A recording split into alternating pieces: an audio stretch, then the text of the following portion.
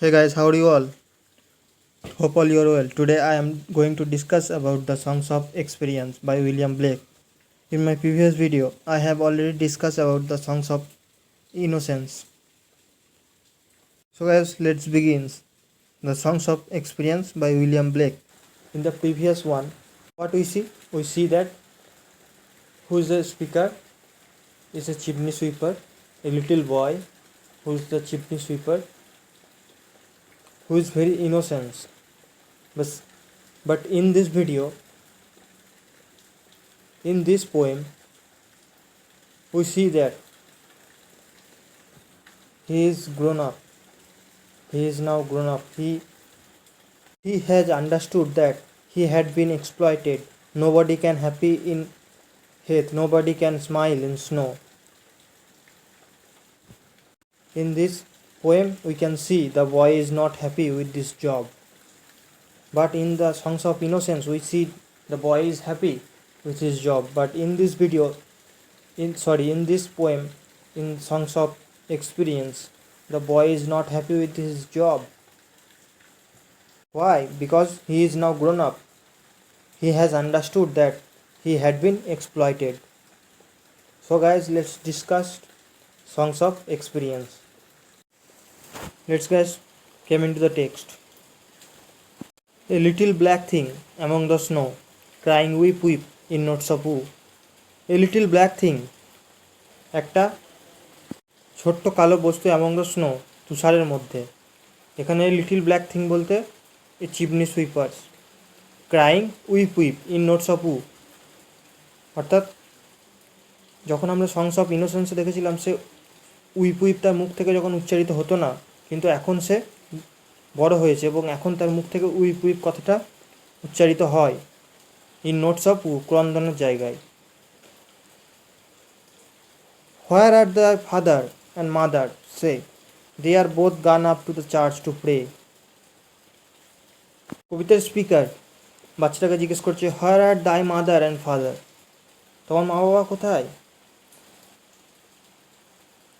বলছে তারা চার্চে প্রার্থনা করতে গেছে।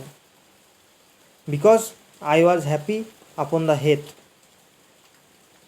I was happy upon the heath, heath মানে হচ্ছে valley, and smile among the winter snow, বলছে কারণ আমি খুশি বরফের ভ্যালির মধ্যে এবং হাসছি বলে ঠান্ডা তুষারের মধ্যে। Thy clothed me in the clothes of death and taught me to sing the notes of woe. They clothed me in the clothes of death. Clothes of death বলতে চিমনিগুলোতে যারা কাজ করতো, ছোট্ট বাচ্চাগুলো, চিমনি সুইপার্সরা, তাদের গায়ে যে কালো কালো দাগ হয়ে যেত, সেই তাদের ক্লোথসের মধ্যে সেই কালো জঙ্গের যখন দাগগুলো পড়ে যেত সেটাকে বলছে clothes of death. They clothed me in the clothes of death and taught me to sing the notes of woe. ওরা আমাকে মৃত্যুর কাপড়টা পরিয়ে দিয়েছে এবং তা আমাকে শিখিয়ে দিয়েছে এই দুঃখের কান্নাটা কাঁদার জন্য। So what we see? The little boy in the Songs of Innocence, now grown up, he has understood that he had been exploited. Nobody can happy in heath, nobody can smile in snow. Now this cry weep weep become the notes of woo. The boy is not happy with his job. Next stanzaতে কি বলছে? And because I am happy and dance and sing, they think they have done me no injury, and are gone to praise God and his priest and king, who make up a heaven of our misery, who make up a heaven of our misery. And because I am happy and dance and sing, they think they have done me no injury. যেহেতু আমি বরফের ঠান্ডার মধ্যে হেসে কাজ করছি, তারা হাসছে, তারা আমায় কোনো তারা ভাবছে তারা আমার কোনো ক্ষতি করেনি, অর্থাৎ তার মা বাবা ভাবছে তার ছেলের কোনো ক্ষতি করেনি, তার চিমনি সুইপার্সদের যারা মাস্টার সুইপরা। সেই জন্যই they gone to praise God and his priest and king, who make up a heaven of our misery. চার্চে গিয়ে, সেই জন্যই তার বাবা মা চার্চে গিয়ে ভগবানের কাছে প্রার্থনা করছে এবং পূজারী এবং রাজার কাছে প্রার্থনা করছে, who make up a heaven of our misery, তারা চার্চে তো বেশ ভালো আছে, কিন্তু আমরা খারাপ আছি। এটার ইনার মিনিং আছে, এটা লাইন বাই লাইন মিনিং কিন্তু পাবে না, এটার একটা inner meaning. Who make up A heaven of our misery. এটার ইনার মিনিং হচ্ছে যে সেই বাচ্চা ছেলেটি, চিমনি সুইপার্সটি, সে বলতে চাইছে যে তার তো চার্চে তো বেশ ভালোই আছে, কিন্তু আমরা এইখানে ভালো নেই। এখানে বাচ্চাটি কি বলতে চাইছে যে God priest king, they are enjoying their life, they are turn blind eyes to our sufferings. Blake is satirizing even the church. The use of phrase here, the use of phrase make up a heaven carries the double meaning of creating a heaven and lying about the existence of heaven, casting even more disparagement in the direction of the priest and king. তো এই কবিতাটি আশা করি তোমরা বুঝতে পেরেছো।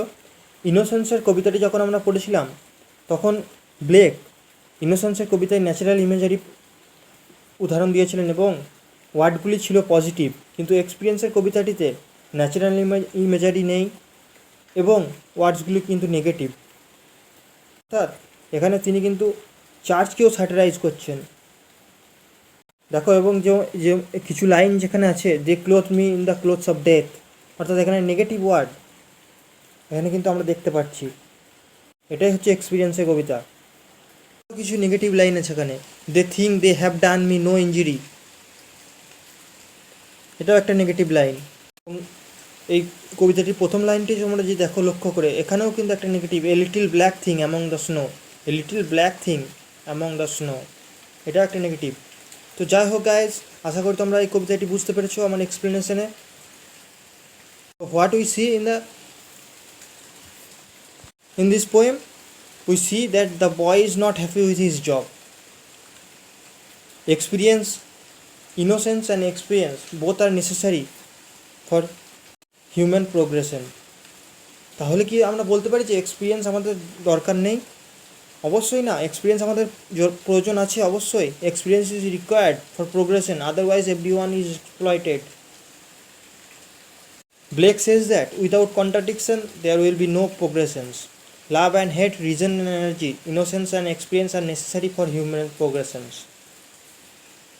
So guys, আশা করি তোমাদের কাছে আমি কবিতাটিকে খুব সহজেই তুলে ধরতে পেরেছি। Thank you for watching, thank you so much. So guys, তোমাদের যদি আমার ভিডিওটি ভালো লেগে থাকে অবশ্যই লাইক করবে এবং আমার চ্যানেলটিকে সাবস্ক্রাইব করে রাখবে। ভবিষ্যতে সব ভিডিও আমার চ্যানেলে আপলোড করব, সেগুলো তোমাদের কাছে আরও আগে পৌঁছে যাবে। Thank you so much, thank you indeed.